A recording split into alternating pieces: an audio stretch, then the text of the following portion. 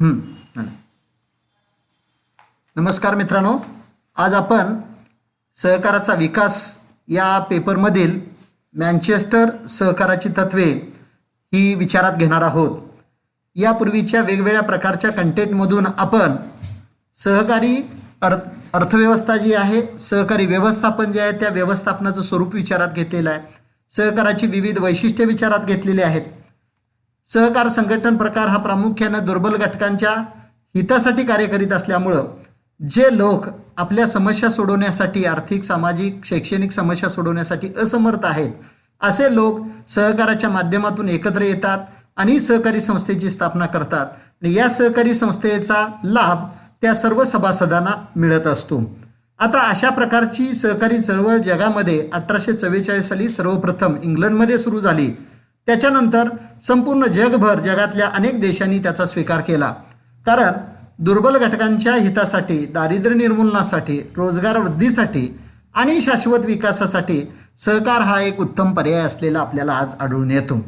आता कोणत्याही देशामध्ये सहकारी संघटन प्रकार अस्तित्वात येण्यासाठी किंबहुना तो अत्यंत चांगल्या पद्धतीनं चालू राहावा, सहकाराचं व्यवस्थापन अत्यंत उत्कृष्ट व्हावं, यासाठी त्या सहकारी व्यवस्थापनाला काही तत्वांची जोपासना करावी लागते आणि ती सहकाराची तत्वे होत.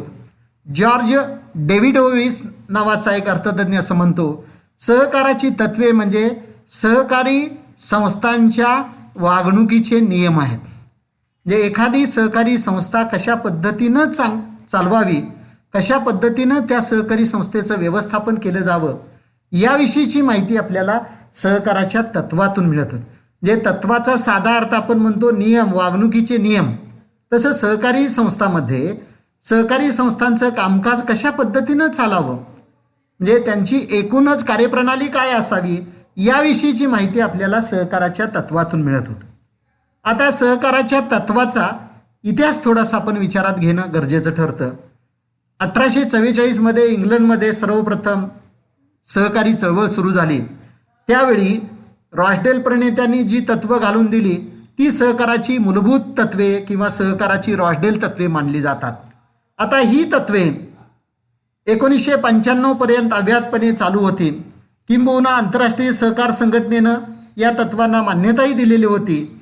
परंतु 1991 नंतर बदलत्या जागतिक परिस्थितीचा विचार करून किंबहुना जागतिकीकरण, खाजगीकरण आणि उदारीकरणाच्या धोरणाचा संपूर्ण जागतिक अर्थकारणावर होणारा परिणाम विचारात घेऊन या स्पर्धेमध्ये सहकार संघटन प्रकार अधिक चांगल्या प्रकारे टिकावा, सहकारी संस्थांमधली स्पर्धा क्षमता वाढावी, यासाठी सहकाराची जी तत्व रॉसडेल प्रणेत्यांनी 1844 सांगितलेली होती, की ज्याला नंतरच्या कालखंडात 1967-1966 मान्यता देण्यात आलेली होती, तरीसुद्धा बदलत्या परिस्थितीमध्ये सहकाराच्या तत्वामध्ये बदल करणं अपरिहार्य होतं.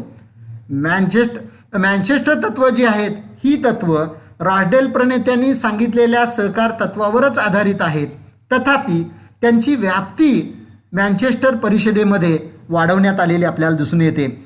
1995 इंग्लंडमध्ये मँचेस्टर येथे आंतरराष्ट्रीय सहकार संघटनेला 100 वर्षे पूर्ण झाल्याबद्दल सहकारी चळवळीच्या संदर्भात विचार मंथन करण्यासाठी परिषद आयोजित केली होती. या परिषदेमध्ये जागतिक स्तरावर सहकारी चळवळ अधिक बलाढ्य करण्यासाठी, सहकारी संस्थांचा गोरगरिबांना जास्तीत जास्त लाभ होण्यासाठी, सभासदांचं शाश्वत हित आणि कल्याण साधण्यासाठी सहकारी संस्थांच्या तत्वामध्ये बदल करणं अपरिहार्य आहे असं वाटलं. आणि म्हणून जी तत्व 1995 उदयास आली, मँचेस्टर परिषदेनं त्याला मान्यता दिली, सर्व राष्ट्रांनी, सभासद राष्ट्रांनी त्याला मान्यता दिली, ती तत्वे मँचेस्टर तत्वे म्हणून ओळखली जातात. आता आपण ही तत्व काय आहेत ती आपण विचारात घेऊ. मी यापूर्वी तुम्हाला सांगितल्याप्रमाणे सहकाराची मँचेस्टर तत्वे ही 1844 इंग्लंडमध्ये रॉसडेल प्रणेत्यांनी सांगितलेल्या सहकार तत्वावरच आधारित आहेत.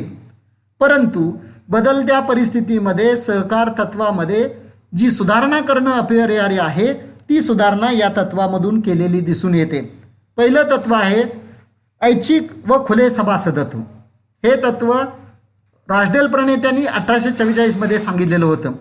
आता ऐच्छिक व खुले सभासदत्व याचा साधा अर्थ असा आहे की सहकारी संस्थेमध्ये ज्या सभासदाला, ज्या व्यक्तीला प्रवेश घेण्याची इच्छा आहे, जी व्यक्ती सामायिक उद्दिष्ट जी आहेत संस्थेची ती उद्दिष्ट मान्य करते, अशा व्यक्तीला सहकारी संस्थेमध्ये प्रवेश दिला जातो, दिला जावा आणि घेता येतो असा त्याचा अर्थ आहे. सहकारी संस्थेचं सभासदत्व स्वीकारण्याबाबत कुठल्याही प्रकारची सक्ती केली जात नाही. म्हणजे प्रत्येक व्यक्ती आपल्या आर्थिक समस्यांची सोडवणूक करण्यासाठी, आपल्या सामाजिक समस्यांची सोडवणूक करण्यासाठी किंवा शैक्षणिक समस्यांची सोडवणूक करण्यासाठी, शेतीविषयक प्रश्नांची सोडवणूक करण्यासाठी सहकारी संस्थेचं सभासदत्व घेऊ शकते. अशा प्रकारचं सभासदत्व देताना त्या व्यक्तीवर कोणत्याही प्रकारचं दडपण आणलं जाऊ नये किंवा असं सभासदत्व देताना स्त्री पुरुष, प्रादेशिक वाद, जाती, धर्म, पंथ याचा विचार केला जाऊ नये अशा प्रकारचं अर्थ त्यामध्ये अभिप्रेत आहे. म्हणजे सहकारी संस्थेमध्ये सभासदत्व घेऊ इच्छिणाऱ्या व्यक्तींना सभासदत्व दिलं जातं आणि ते दिलं जावं. आणि हे सभासदत्व स्वेच्छेचं आहे. म्हणजे एखाद्या व्यक्तीला नुसतं सभासदत्व नव्हे तर त्या सहकारी संस्थेमधून विशिष्ट कालावधीनंतर जर बाहेर पडायचं असेल तर ते बाहेर पडायचं स्वातंत्र्यसुद्धा या तत्वान्वये दिलं जावं अशा प्रकारचा अर्थ या स्वखुशीच्या खुल्या सभासदत्वाचा केला जातो. अर्थात याचा अर्थ असा नव्हे की सहकारी संस्थेमध्ये ज्या ज्या व्यक्ती प्रवेश मागतील त्या सर्वांना प्रवेश दिला जावा. सहकारी संस्थांची प्राकृतिक क्षमता हा पहिली मर्यादा सहकारी संस्थेच्या सभासदत्वावरील असे. उदाहरणच द्यायचं झालं तर एका गृहनिर्माण सहकारी संस्थेमध्ये 40 फ्लॅट आहेत, तर सिरियली किंबहुना आपण काय म्हणतो अनुक्रमानं पहिले 40 सभासदांनाच तिथं सभासदत्व दिलं जाईल. कारण फ्लॅट 40 आहेत, 41 लोकांना सभासदत्व देता येणार नाही. म्हणजे सहकारी संस्थेची प्राकृतिक क्षमता ही पहिली मर्यादा असलेली आपल्याला दिसून येईल. दुसरी मर्यादा अशी आहे की समान आर्थिक उद्दिष्ट असलेल्या व्यक्तींनाच सहकारी संस्थेमध्ये सभासदत्व दिलं जातं. भिन्न भिन्न उद्दिष्ट असलेल्या व्यक्तींना सहकारी संस्थेमध्ये सभासदत्व नाकारलं जाऊ शकतं. उदाहरणार्थ शेतकऱ्यांच्या सहकारी पतपुरवठा संस्थांमध्ये व्यापाऱ्यांना प्रतिनिधित्व देणं अयोग्य ठरेल.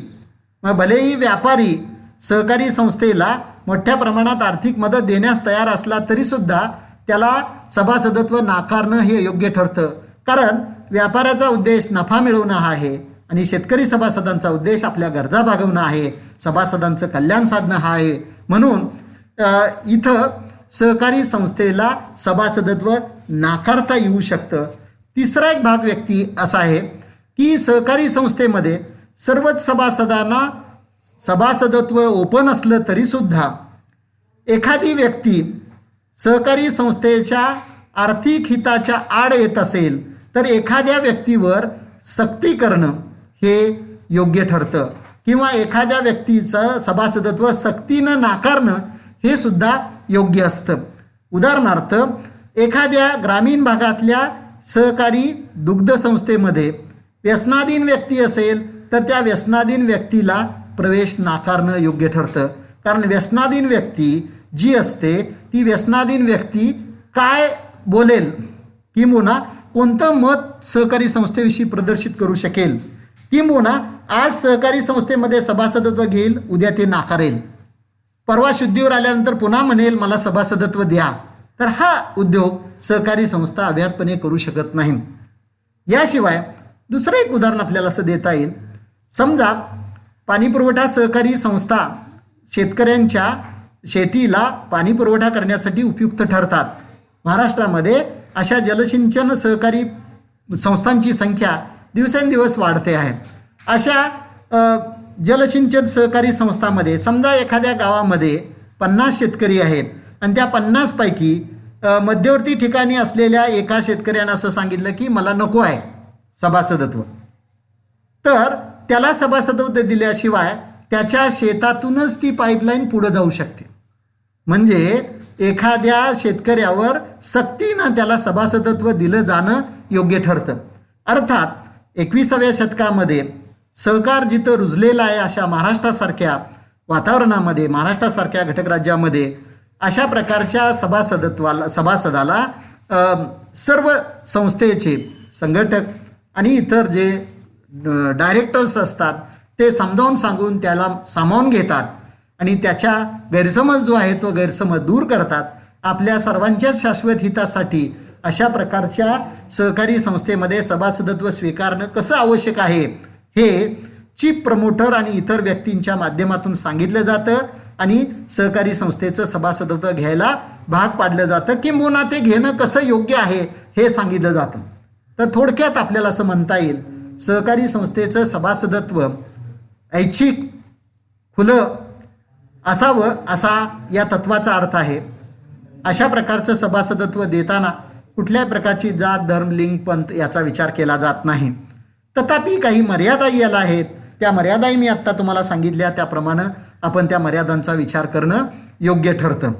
दुसरं तत्व जे आहे ते मेंबर्स डेमोक्रेटिक कंट्रोल म्हणजे सभासदांचं लोकशाही नियंत्रण. या तत्वाचा साधा अर्थ असा आहे, सहकारी संस्था या सभासदांनी स्थापन केलेल्या असतात आणि सभासद हाच सहकारी संस्थेचा मालक असतो. सहकारी संस्था या लोकशाही नियमानुसार कार्य करीत असतात.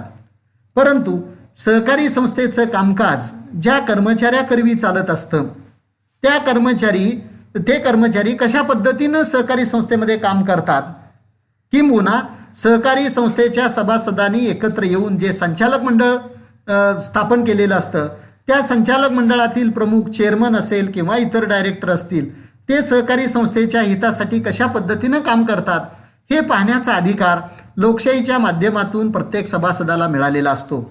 आणि म्हणून जर एखाद्या राज्यातील एखाद्या देशातील सहकारी चळवळ अधिक बलशाली करायची असेल तर आपल्याला सहकारी संस्थेच्या कामकाजावर सभासदांचं कंट्रोल असणं गरजेचं आहे.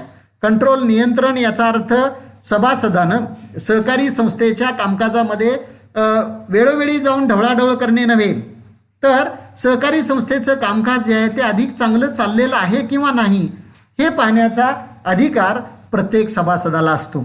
आणि या अनुषंगानं सहकारी संस्थेचा सभासद जो आहे तो संचालक मंडळावर आणि संचालक मंडळ सहकारी संस्थेच्या कर्मचाऱ्यावर चांगल्या पद्धतीनं मार्गदर्शन करून सहकारी संस्था सभासदांच्या हितासाठी कार्य करू शकते. मित्रांनो, हे तत्व आधुनिक काळामध्ये का महत्त्वाचं मानलं जातं तर 1991 नंतर आपणा सर्वांना माहीत आहे की जागतिकीकरण, खाजगीकरण आणि उदारीकरणाचं धोरण जगामध्ये स्वीकारल्यानंतर सहकारी संस्थेमधली स्पर्धा क्षमता कमी झालेली आपल्याला दिसून येते.